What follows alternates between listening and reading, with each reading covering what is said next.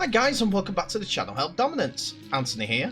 Please remember to like and subscribe, and also click that notification bell if you're enjoying what you're seeing and want to see more. Coming up, Australian Rugby League loses a legend.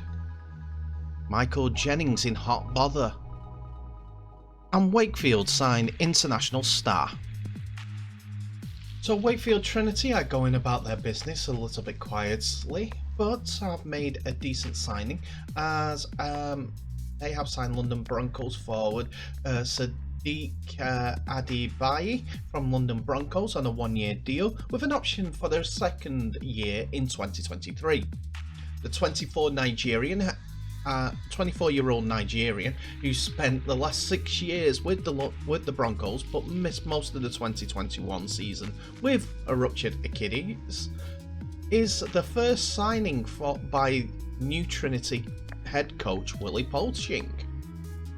On signing Adibayi, Poaching said Sid was tipped to us by a lot of experienced and knowledgeable minds who have been involved with the London Broncos.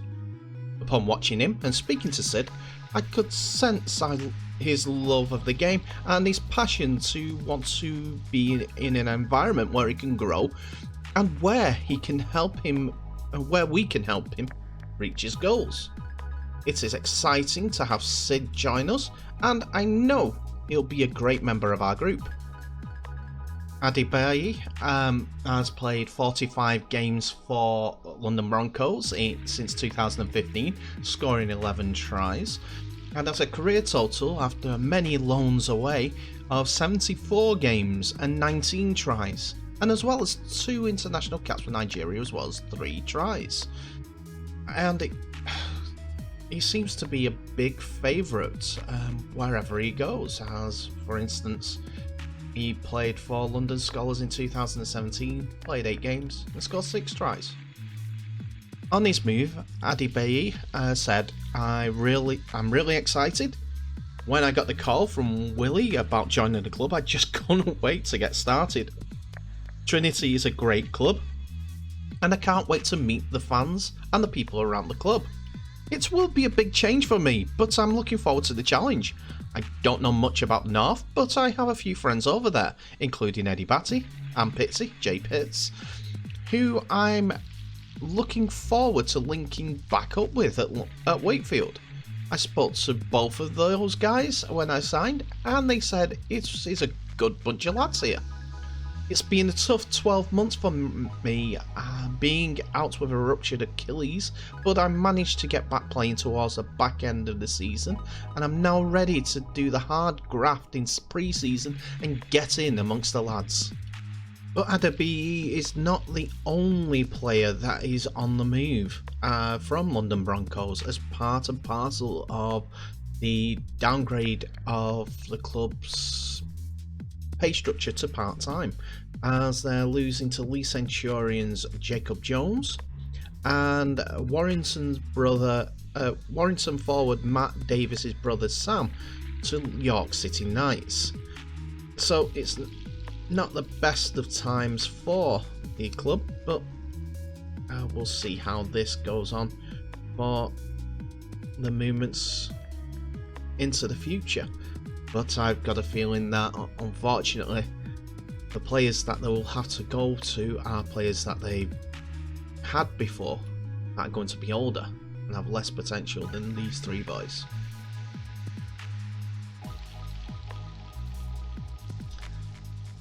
And today we start with the news that Michael Jennings has admitted to using performance enhancing substances, and this means that his NRL career is effectively over after he admitted the charges. Jennings on Friday admitted the 3-year ban following a positive drug test last year that derailed Parramatta's 2020 finals bid. At the time, the centre vowed to clear his name, but he has instead waived his right to a hearing before the NRL Anti-Doping Tribunal and admitted to the presence and the use of a banned substance.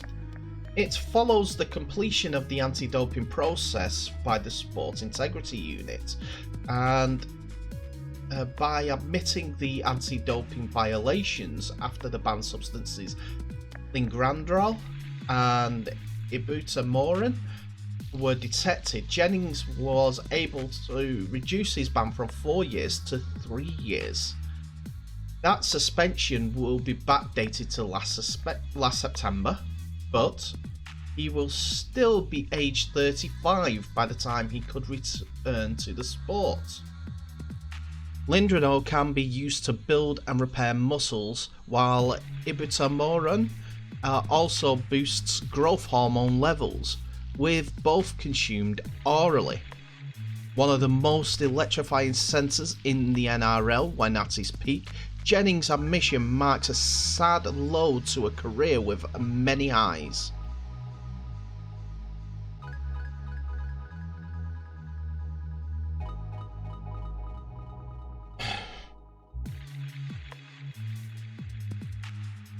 He has played 18 New South Wales tests and 7 tests for Australia, and won a premiership with Sydney Roosters in 2013. It was in that year he had his career highlight, scoring a particularly spectacular try in the grand final to seal the win over Manly. He returned to form in his final year at the Eels, earning him a new 1-year contract after appearing to be on the outers in 12 months earlier. But his positive drugs test left him stranded on 298 games with 153 tries to his name, and Parramatta stunned just 12 hours from their semi-final against South Sydney. They lost, ending their 2020 season before Jennings was released from his contract in May this year. After a grand final win, you'd think that the club would go into hiatus, relax, they've done all the celebrations and stay calm.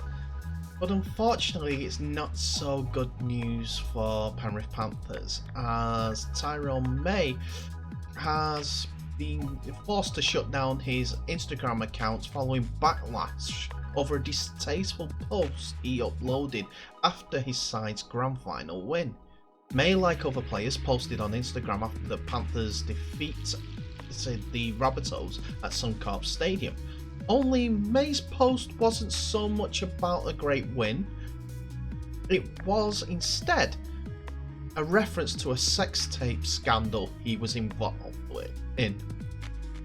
The 25-year-old pled guilty to 4 counts of intentionally recording an image without consent, and in January 2020 was sentenced to 300 hours of community service as part of the 3-year community corrections order. One of May's victims sought damages for psychological injury caused by the fallout from illegally filming a sex tape. Following the grand final win, May uploaded a series of photos with the lyrics from Fair Trade by Drake as caption. The first photo had nothing to do with the game he just played. Instead, it was an image of himself in a suit, attending Parramatta local court for his trial, like this one I'm showing here. The following photo celebrated the win. And that they drew on my name, turned to soil, and I grew up out of it. Time for y'all to figure out what you're gonna do about it, May wrote in the caption. Several teammates posted in support of their teammate, but the post immediately sparked outrage from rugby league fans, given that May had attempted to portray himself as a victim after pleading guilty to a disgusting crime. 3 days after the grand final, the post was taken down. The NRL is reportedly looking into the post, as well as another incident involving May.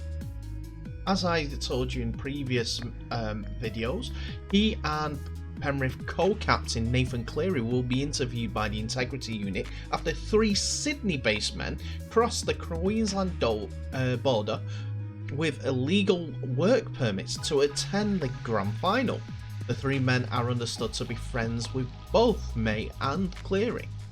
The governing body also launched an investigation after photos of a badly damaged Premiership trophy emerged on social media.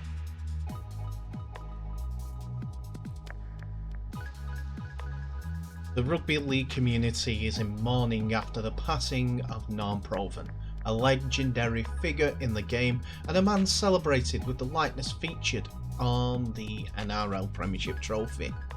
Rugby League's 13th immortal, Provan died on Wednesday night, aged 89.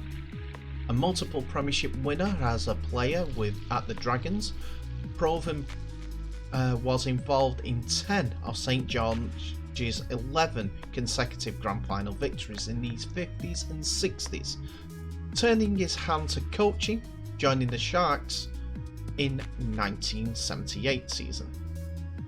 In that first year in charge, Provan would steer Steve Rogers-led Shark side into the Premiership decider against Manly. In a fierce contest, the teams would finish in a 11-all draw, forcing a replay, with an injury and suspension depleted Shark side ultimately going down 16 points to 0 to the Seagulls in a midweek rematch. Provan coached the Sharks for 2 seasons. His 31 wins and 2 draws in 50 games resulted in an impressive 62% win percentage. In 2016, Provan played his part in a historical moment for the Cronulla club in handing skipper Paul Gallen the Provan Summons Trophy following the Sharks' first NRL Premierships triumph. This picture here immortalised Provan and opposing scrum half Arthur Summons, who died in 2020, and immortalised them into the NRL trophy after the 1963 grand final. Summons playing for the Wests while Provan played for St George, played in a mud-bathed 8 points to 3 victory for St George Illawarra, defeating the valiant West side and destroying the West's hopes for the 3rd successive year. And this was immortalised in bronze in the NRL trophy.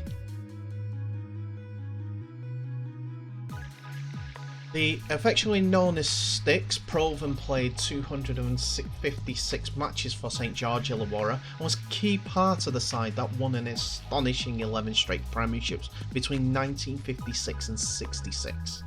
He also captained coach for the final 4 years at the club. Provan was born in Urana in the Riverina in 1932 and played 14 tests for Australia and played representative New South Wales games on 16 occasions. Provan was bestowed the game's highest honour in 2018 when he was named an immortal alongside Dave Brown, Frank Burge, Mal Meninga and Daily Messenger, after previously having been inducted into the Australian Rugby League and International Rugby League Hall of Fame in 2004. He was also named in the ARL Team of the Century in 2008. Provan is survived by a devoted family residing across Queensland and New South Wales, including wife Lynn, daughter Suzanne, sons Nola, Douglas and Nathan, 6 grandchildren and 7 great-grandchildren. All of Rugby League and myself offer the deepest condolences to the Provan family.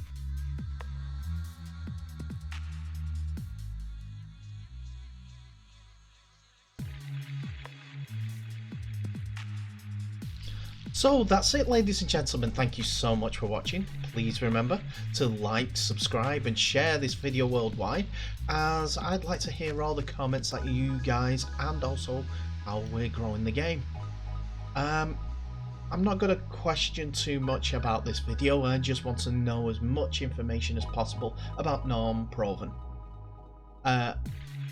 please comment in the box below and tell me any endearing thoughts that you've had of the gentleman, any games to read about, anything from this Australian legend, as I'm a dreaded Pom who was born after 1980 and would not have been able to have seen any of his games, either coaching or even playing. So if you're a follower and you know information, drop me a message and tell me what it was like. It's your first-hand experience that will make me understand why this gentleman is so endeared to the entire rugby league in Australia. But in the meantime, thank you so much for watching. Please remember to share the video worldwide. Share. But in the meantime, stay safe, all the best, and I'll see you in the next video.